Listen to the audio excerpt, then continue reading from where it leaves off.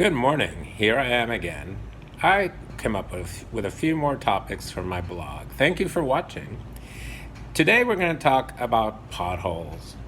Puerto Rico is known for its potholes. There are potholes that have been covered with tar, and then another pothole comes on top of that, and then another pothole, then there's whole streets that are full of potholes in all neighborhoods.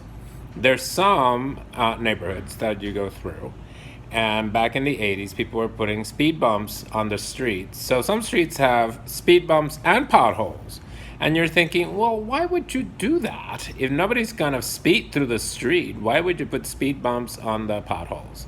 Well, that's for a different story. But what I wanted to say is that for outsiders, the local government capacity to do things is measured on how many potholes you have on the streets.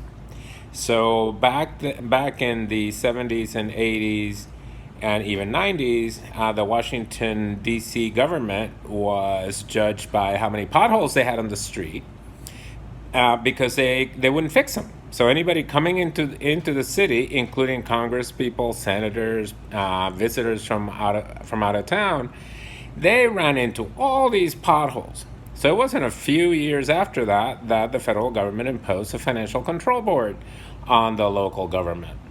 And here we are in Puerto Rico. There are potholes on potholes on potholes. And just 2.5 years ago, 3 years ago, the federal government imposed a financial control board.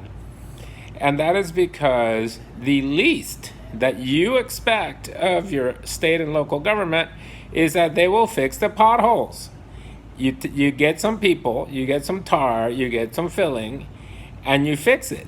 And in some situations, which is needed here, you need to take the whole street and rip out all the potholes over potholes over potholes and start over. But you also need to fix the water pipes that burst under the street, and that's why there are so many potholes, because they don't maintain the water lines and they burst and they leak. And that's why the whole city and the whole island and all the roads have potholes over potholes over potholes, because the local government is completely, the state and local government is completely non-functional, incompetent. And if you drive around, you will see. So thanks for listening. And until the next one, this is my blog.